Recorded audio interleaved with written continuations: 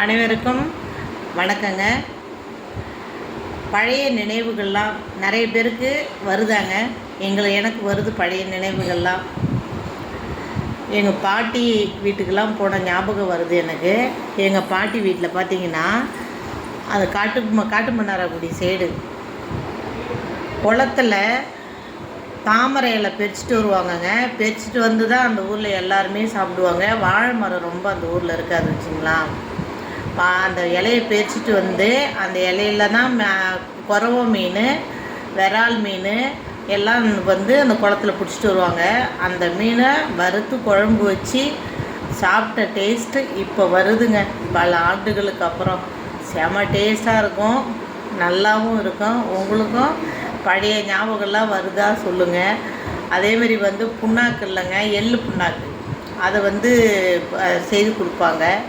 சாப்பிட்றதுக்கு டேஸ்ட்டாக இருக்கும். இதெல்லாம் இப்போ பிள்ளைங்களுக்கு நம்ம கொடுக்குறதே கிடையாது. அதுமாரி வந்து தயிர் வந்து பார்த்திங்கன்னா கெட்டியாக பால் காய்ச்சி ஒரு பானை அதில் வந்து வச்சுருப்பாங்க. சாப்பிட்றதுக்கு பார்த்திங்கன்னா கட்டியாக இருக்குங்க, ஈரல் மாதிரி இருக்கும் அந்த தயிர். இப்போல்லாம் நம்ம அதுமாரி தயிர் பிறக்குத்தனா கூட அதுமாரி வரல வீட்டில். அதுமாரி பார்த்திங்கன்னா வீட்டில் எல்லாமே பொருளுங்க எல்லாமே பார்த்திங்கன்னா தொம்பை இருக்குங்க. தொம்பையில் தான் நெல் கொட்டி மூடி வைப்பாங்க.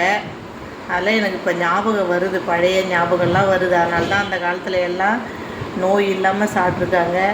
நெல் வாங்கின்னு வந்து அவிச்சு அரைச்சின்னு வந்து அதை பால் வச்சு புடைச்சி அரிசியை தனியாக வடித்து சாப்பிடுவாங்க. நொய்யை வந்து கஞ்சி காய்ச்சுவாங்க. இதெல்லாம் இப்போ ஏதுங்க, நம்ம கடைக்கு போகிறோம், ஏதோ பாலிஷ் பண்ணி கொடுக்குறாங்க, அந்த அரிசியை வாங்கி வந்து சாப்பிட்றோம். மதியானம் வடிக்கிற சாப்பாடை பார்த்திங்கன்னா நைட்டுக்கு வீணாக போயிடுது.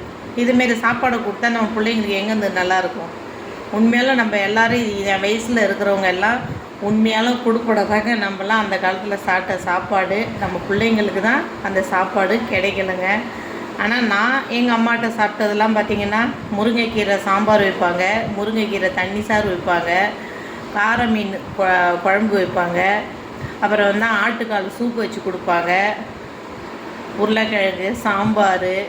ஒரு மாவுலாம் வந்து எங்கள் அம்மாலாம் பார்த்தா அப்போல்லாம் வந்து உரலில் தான் ருப்புவாங்க. அரிசி உளுந்தெல்லாம் மாவுலாம் உரலில் தான் அரைப்பாங்க. சட்னி கூட உரலில் தான் அரைப்பாங்க. மிளகு ஜீரகம் தான் அம்மியில் அரைப்பாங்க. நாங்களே சத்தான சாப்பாடு தான் என் வயசுக்கு அம்மாட்ட அப்போ சாப்பிட்ருக்கேன். ஆனால் என் பிள்ளைங்கள்லாம் பாவம் தான். நான் எல்லாம் மிக்சியில் போட்டு தான் அரைச்சி கொடுக்குறேன் என் பிள்ளைங்களுக்கு. அதுமாரி நிறைய முருங்கைக்கீரை, வாழைத்தண்டு, இதுமாரிலாம் வந்து கிராமத்துலேயே ஆகட்டும் அப்போ இருந்தவங்க எல்லாமே நம்ம அம்மா நல்லா நமக்கு சாப்பாடு ஊட்டச்சத்து கொடுத்தாங்க.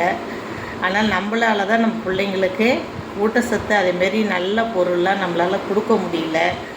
இருந்தாலும் பரவாயில்லைங்க, நம்ம நினச்சி பார்க்குற மாதிரி நம்ம பிள்ளைங்க வந்து நம்மளை நினச்சி பார்க்கணும். அதனால் நம்ம அந்த காலத்தில் சாப்பிட்ட சாப்பாடெல்லாம் முடிஞ்ச அளவுக்கு இப்போ இருக்கிற நம்ம பிள்ளைங்களுக்கு கொடுப்போங்க. அப்போ தான் வெளியில் ஹோட்டல் சாப்பாடை தேடி போக மாட்டாங்க.